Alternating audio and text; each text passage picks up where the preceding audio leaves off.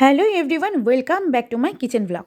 তো দেখো, আজকে নতুন একটা রেসিপি তোমাদের জন্য নিয়ে এসেছি। তো পালন শাক আর সঙ্গে কী আছে বলো তো? পালন পনির। তো যাই হোক, সম্পূর্ণ নতুন একটা ভিডিও তোমাদের কাছে আমি শেয়ার করছি, আর আমার জন্য নতুন ভিডিও, আর এই ঘরের জন্য নতুনই একটা রেসিপি। তো চলো, কী সব ভুলভাল বকি না আমি।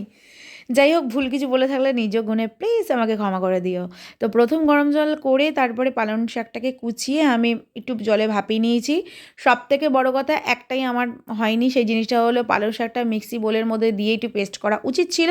আর মিক্সি বোলটা এই সময়টাই তার একটুখানি ঘুরতে যাওয়ার, ডাক্তারখানায় যাওয়ার ইচ্ছা হয়েছিল, সে ডাক্তারখানায় চলে গেছে। তার দরুন কী করবো, আমি হাতেই মেশ করে নিয়েছি। এবার তোমরা বলবে কেন শিলনোড়া কি ছিল না? অবভিয়াসলিই ছিল শিলনোড়া, কিন্তু শিলনোড়ায় দিলে কি হয় দেখবে, পুরো শাকটাই কিন্তু শিলনোড়ার গায়েতেই লেগে যায়, অনেকটা নষ্ট হয়ে যায়। সেই কারণে আমি মিক্সি বোলটাকে বেছে নিই, কারণ মিক্সিতে দিলে কি হয়, সেই বাটিটার মধ্যে একটু জল দিয়েও আমি পুরোটা কড়ার মধ্যে দিতে পারি, আমার কোনো মশলাটাই নষ্ট হয় না। ঠিক আছে, ভুল বললাম কি এটাও আমাকে জানিও, ঠিক আছে? তো চলো, ঘরে থাকা মানে সমস্ত কিছু মশলা রয়েছে, রসুন কুচি রয়েছে, টমেটো রয়েছে, আর এখানে বাটা নিয়ে নিচ্ছি অল্প একটু ছোট্ট, আর কসুরি মেথি দেখতে পাচ্ছো তোমরা, ঢাকা পড়ে গেছে। এখানে জিরের গুঁড়ো, হলুদের গুঁড়ো, আর ছিল অল্প একটু ধনের গুঁড়ো, সামান্য কিছু মশলা ছিল। তো যাই হোক, আমি কিন্তু কাঁচা লঙ্কা একটুখানি বেটে নিয়েছিলাম শিলনোড়ায়, মানে পেস্ট মতন করে নিয়েছিলাম, যেটা পালং শাকের সাথে সবুজ তো, ওটা যেহেতু মিশে গেছে, তোমাদের দেখানো হয়নি, তাই আমি মুখেই প্রকাশ করে বলে দিলাম। আর আমি সমস্তটা কিছু দেওয়ার পরে লাস্ট কিন্তু পেঁয়াজটা অ্যাড করব, পেঁয়াজটাও এখানে রয়েছে, যেটা দেখানো হয়নি। সমস্ত মশলা আমি ভালোভাবে মেশ করে নিয়ে, ভালোভাবে যখন ভাজা ভাজা হয়ে যাবে, আমি দেন শাকটাকে অ্যাড করব। তোমরা দেখতে থাকো, ভিডিওর মধ্যে বুঝতেই পারবে। আমি এটা স্পিড বাড়াইনি, কারণ আমি এটা স্লোলিভাবেই করেছি, আর ভিডিওটা অনেকটা লং, অনেকটা বড় হতে চলেছে। আর সেই কারণে কি করছি, আমি দুটো ভাগে এটা পোস্ট করব। এটা ভিডিওতে আমি পোস্ট করব, প্লাস রিলস একটা বানিয়ে পোস্ট করার ইচ্ছা আছে। তো আমার এই রান্নার যে ভিডিওগুলো বা আমি যে ভয়েসগুলো দিই, তোমাদের কীরকম লাগে প্লিজ কিন্তু কমেন্ট করে জানিও। তোমরা যদি বলো যে না, তুমি ভয়েসে বলবে না, শুধু গান দিয়ে মিউজিক দিয়ে দেবে, তো আমি সেরমভাবেই দেবো। আবার যদি বলো যে না, ভয়েস ঠিক আছে, তাহলে আমি ভয়েস দিয়েই দেবো। তো যাই হোক, দেখবে অনেক সময় কী হয়, সবসময় না ভয়েস না, মানে ইচ্ছা হয় না দিতে, তখন মাঝে মধ্যে একটু মিউজিক টিউজিক লাগাই। অনেকে আমাকে কমেন্ট করো তোমরা যে মিউজিক দিও না, তোমার হয়তো প্রবলেম হতে পারে, অনেককেই আমি বলতে শুনেছি, অনেকে বলো।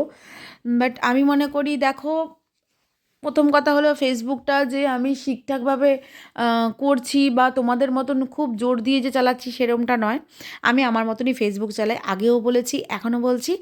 আর মিউজিকে যদি প্রবলেম হয়, ফেসবুক আমাকে কপিরাইট দিয়ে দেবে, তাতে কোনো আমার সমস্যা নেই, ঠিক আছে?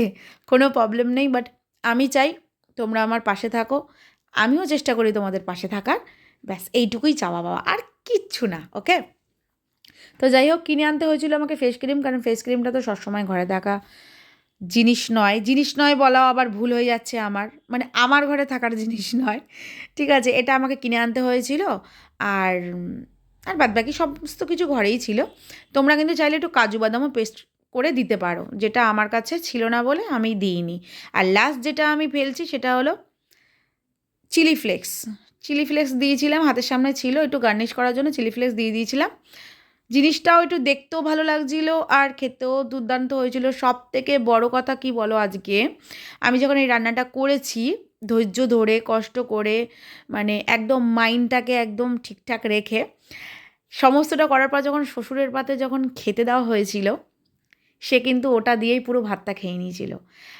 যখন আমি ঘরে ঢুকলাম, তখন আমাকে উনি বলল যে, "সোনালি খুব ভালো হয়েছে। আজকে আমি এই প্রথম এই জিনিসটা খাচ্ছি। আর কতদিন বাঁচবো আমি তো জানি না।" আমার না সত্যিই খুব খারাপ লেগেছিল। তার সাথে, সাথে খুব ভালোও লাগলো যে উনি এই কথাটা বলেছিল। আর আরেকটা ভুল করেছি, দেখো, হিং এনেছি, রাখা ছিল হাতের সামনে, হিংটাই আমি দিইনি। এতটাই মরিয়া হয়ে গেছিলাম রান্নাটা করতে, করতে। ঠিক আছে?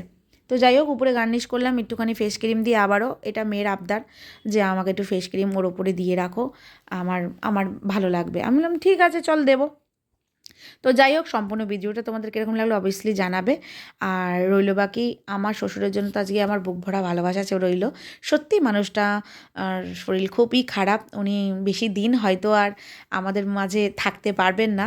তবে ওনাকে যে এই জিনিসগুলো আমি যে করে খাওয়াতে পারছি, এটাই আমার কাছে অনেক বড় একটা চাওয়া। আমি ওনাকে বলি, তোমার যা যা খেতে ইচ্ছা করবে তুমি আমাকে বলবে, ঘরের কাউকে বলার দরকার নেই, আমি তোমাকে করে খাওয়াবো, ঠিক আছে? উনি বলে যখন যেটা ওনার পছন্দ হয়। আসলে অসুস্থ হয়ে গেছেন তো, মানে শরীরটা আর কি ওনার অসুস্থ, তো সেই কারণে সেরকম রিচ খাবার দাবারটা উনি খেতে পারেন না, আর ডাক্তারের পুরো মানা আছে, তো ওনাকে অল্প অল্প করে দেওয়া হয়, তাতেই উনি ভীষণ খুশি।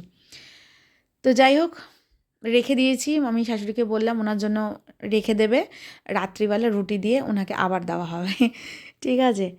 তো অনেক বকবক করে ফেললাম কিন্তু আজকে তোমাদের সাথে, অনেকটা কথা বলে ফেললাম, এতটা কথা আমি বলিনি আজও পর্যন্ত এই রান্নার ভিডিওর মাধ্যমে। তো চলো আজকে এত পর্যন্তই, দেখা হচ্ছে নেক্সট কোনো ভিডিওতে, চলো টাটা।